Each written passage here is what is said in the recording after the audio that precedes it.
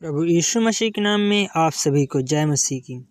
जैसा कि हम पिछले अध्याय 11 में पढ़ चुके हैं कि परमेश्वर ने कैसे मनुष्य की भाषा में गड़बड़ी की और उसने भाषा में जो गड़बड़ी की वह इसलिए कि ताकि सभी लोग अलग अलग रहें, और हमने शेम की वंशावली को देखी।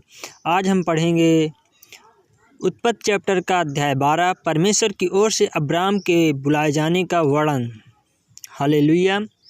यहोवा ने अब्राम से कहा, अपने देश और अपने कुटुंबियों और अपने पिता के घर को छोड़कर उस देश में चला जा जो मैं तुझे दिखाऊंगा, और मैं तुझसे एक बड़ी जाति बनाऊंगा और तुझे आशीष दूंगा और तेरे नाम महान करूंगा और तू आशीष का मूल होगा।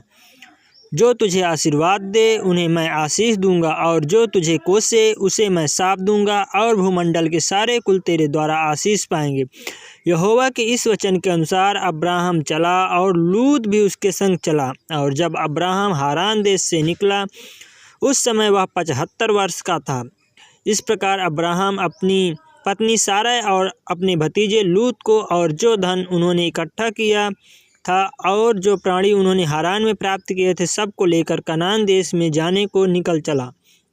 और वे कनान देश में आ गए।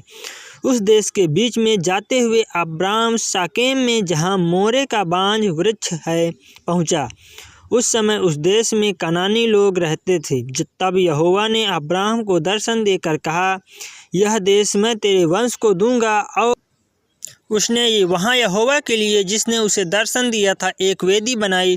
फिर वहाँ से आगे बढ़कर वह उस पहाड़ पर आया जो बेतेल के पूर्व की ओर है, और अपना तंबू उस स्थान में खड़ा किया जिसके पश्चिम की ओर तो बेतेल और पूर्व की ओर आय है।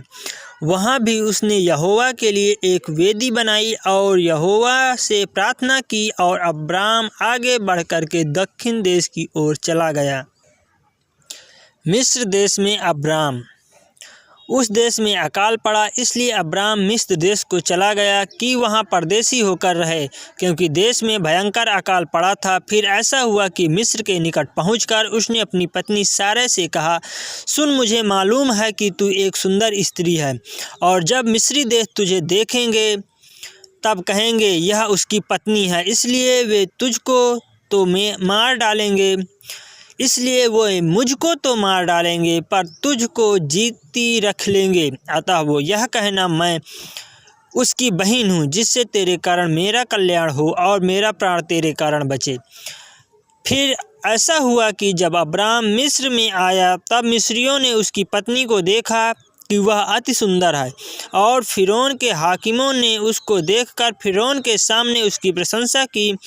इसलिए वह स्त्री फिरौन के घर में पहुंचाई गई, और फिरौन ने उसके कारण अब्राम की भलाई की, और उसको भेड़ बकरी, गाय बैल, दास दासियाँ, गदहे गदहियाँ और ऊँट मिले। परंतु यहोवा ने फिरौन और उसके घराने पर अब्राम की पत्नी सारै के कारण बड़ी बड़ी विपत्तियाँ डाली। तब फिरौन ने अब्राम को बुलवाकर कहा, तूने मेरे साथ यह क्या किया? तूने मुझे क्यों नहीं बताया कि वह तेरी पत्नी है? तूने क्यों कहा कि वह तेरी बहन है? मैंने उसे अपनी ही पत्नी बनाने के लिए लिया, परंतु अब अपनी पत्नी को लेकर यहाँ से चला जा। और फिरौन ने अपने आदमियों को उसके विषय में आज्ञा दी, और उन्होंने उसका और उसकी पत्नी को सब संपत्ति सहित जो उसकी थी विदा कर दिया। हालेलुया, आमीन। प्रभु इस वचन के पढ़े और सुने जाने पर आपको बहुतायत की आशीष दे। ऐसे ही डेली बाइबल अध्ययन के लिए आप हमारे चैनल को सब्सक्राइब करें। Thank you. जय मसीह की। आमीन।